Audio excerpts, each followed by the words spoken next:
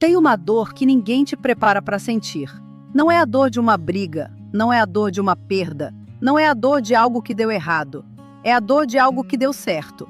O filho cresceu, se tornou um homem capaz, conseguiu uma oportunidade boa em outra cidade e foi. Foi porque você ensinou que ele podia. Foi porque você criou ele forte o suficiente para voar. E aí você fecha a porta do quarto dele, olha para aquela cama arrumada que não vai ser desfeita tão cedo e sente um vazio que nenhuma palavra consegue explicar direito. Fica aqui comigo porque hoje eu vim falar sobre isso. Deixa nos comentários de qual cidade você está assistindo. Se inscreve no canal Nosso Jeitinho e deixa o like. Essa conversa é para você. Essa história começa com uma mala. Uma mala grande, daquelas que a gente olha e sente o estômago apertar porque ela representa tudo que vai mudar.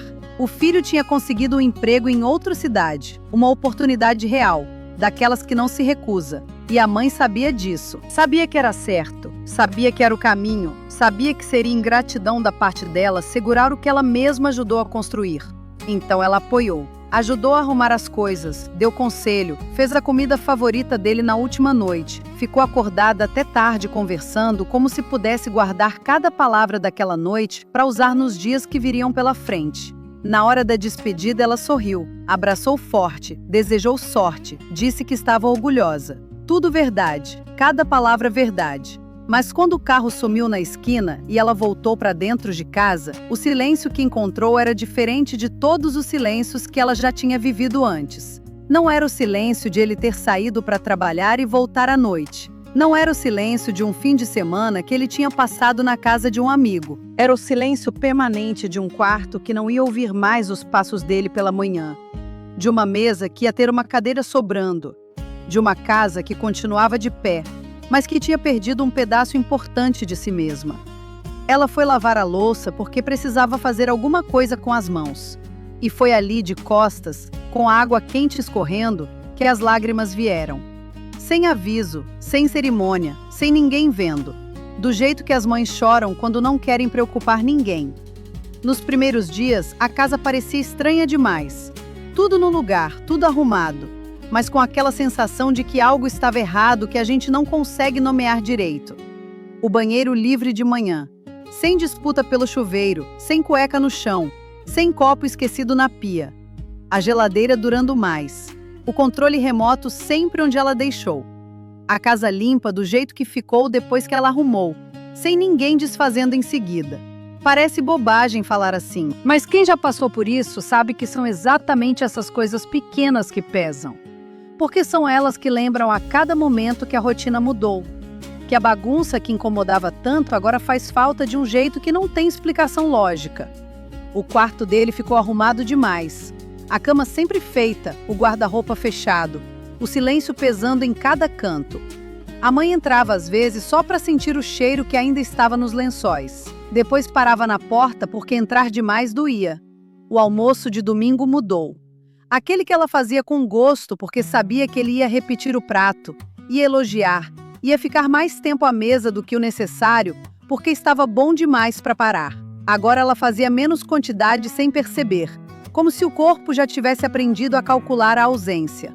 E a noite era a parte mais difícil, quando a casa ficava quieta de verdade e não tinha mais barulho de série no quarto dele, não tinha mais mensagem chegando no celular tarde da noite, não tinha mais aquela sensação de que mesmo que ela dormisse, tinha alguém acordado perto. Ela aprendeu a dormir com esse silêncio. Mas aprender não significa que ficou fácil.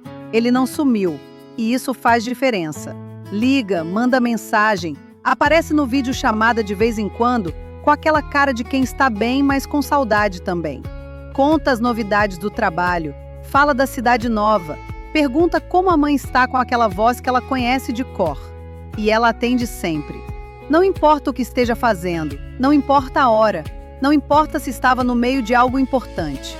Quando o nome dele aparece na tela, ela atende, porque aquela ligação é o melhor momento do dia. Mas tem uma coisa que a tela não entrega, que a voz pelo telefone não consegue substituir: o abraço. Aquele abraço do filho que chega em casa, que passa por ela na cozinha e dá um abraço de passagem, daqueles que parecem não ter valor nenhum na hora, mas que a gente só descobre o quanto precisava quando não tem mais. A saudade não é daquelas que paralisam. Ela aprendeu a conviver, aprendeu a transformar em orgulho, aprendeu a sentir falta sem deixar que isso virasse um peso para ele carregar do outro lado. Porque ela sabia que se ele sentisse que a mãe estava sofrendo, ia se sentir culpado, e ela não queria isso. Então ela segurou.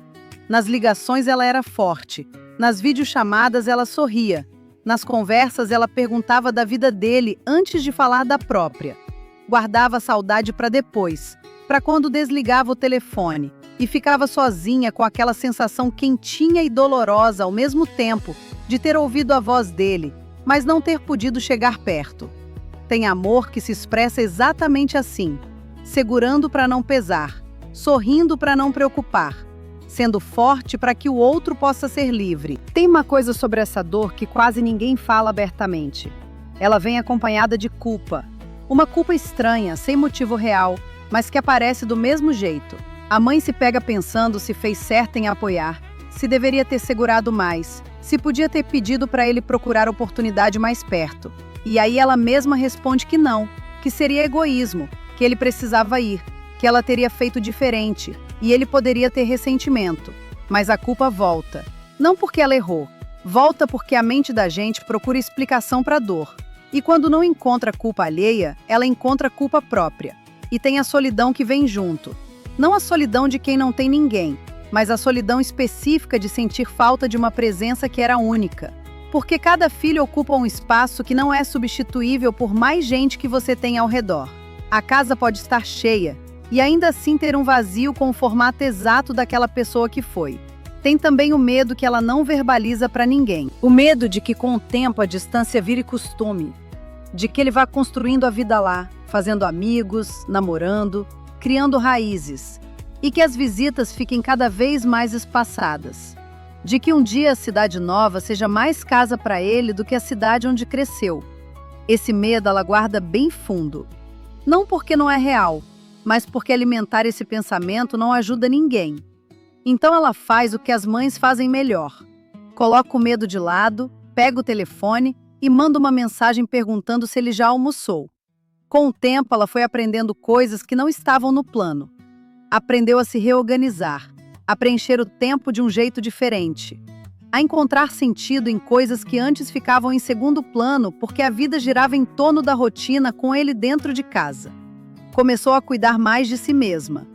Não porque queria no começo, mas porque precisava de algo para fazer com o tempo que sobrou. Foi nesse processo que ela foi descobrindo que tinha vontades próprias que tinham ficado esquecidas por anos. Um curso que queria fazer, uma amiga que tinha deixado de ver, um hobby que tinha abandonado sem perceber. E foi descobrindo também que o amor não precisa de proximidade física para ser real e presente. Que ela podia torcer pelo filho, se orgulhar dele, amá-lo com tudo que tinha mesmo com centenas de quilômetros entre eles. Que a distância não apagava nada do que tinham construído juntos. Aprendeu que soltar não é perder. É uma das formas mais difíceis de amar que existe. Porque segurar seria fácil, seria confortável para ela, mas seria colocar o próprio conforto na frente da felicidade dele. E mãe de verdade não faz isso. Mas aprendeu também a ser honesta consigo mesma sobre a dor. A não fingir que estava tudo bem quando não estava. A permitir sentir saudade sem transformar isso em drama. A chorar quando precisava sem achar que isso era fraqueza. Porque sentir falta de quem a gente ama não é fraqueza. É a prova mais concreta de que o amor foi real, que a presença importou, que aquela pessoa deixou uma marca que não some com a distância. Eu vim contar essa história porque ela mora dentro de muitas casas e muitas mães vivem ela em silêncio, achando que a dor que sentem é exagero, que deveriam estar só felizes pelo filho, que não tem o direito de sentir falta porque ele está bem. Você tem esse direito. Sentir falta não cancela o orgulho. A dor de ver a casa vazia não apaga a alegria de saber que ele está construindo a própria vida. Essas duas coisas existem juntas, e as duas são legítimas. Se você é essa mãe, eu quero que você ouça o seguinte: o que você fez ao apoiar ele mesmo quando doeu foi um dos maiores atos de amor que existe. Você colocou a felicidade dele na frente do seu conforto. Você abriu mão da presença dele no dia a dia para que ele pudesse crescer. Isso tem um valor que ele talvez só vai entender completamente quando tiver filhos. E se você é o filho que foi embora, que está construindo a vida em outro lugar, que liga, mas poderia ligar mais, que visita, mas poderia visitar mais, para um segundo e pensa na mãe que ficou. Não de um jeito que te faça sentir culpado, mas de um jeito que te lembre que ela está lá, que a casa dela tem um lugar com o seu formato e que o abraço dela vai ser o mesmo independente do tempo que passar. Ligue hoje, não amanhã, não no fim de semana, hoje, porque ela vai atender no primeiro toque como sempre fez, com aquela voz que finge que estava esperando por qualquer ligação, mas que você sabe que estava esperando especificamente pela sua. Se esse vídeo tocou, você compartilha com aquela mãe que precisa saber que não está sozinha nessa dor. Deixa aqui nos comentários de qual cidade você está assistindo e se você já viveu essa situação de algum lado. Se inscreve no canal Nosso Jeitinho e ativa o sininho para não perder nenhuma história. Nos vemos no próximo vídeo. Até lá!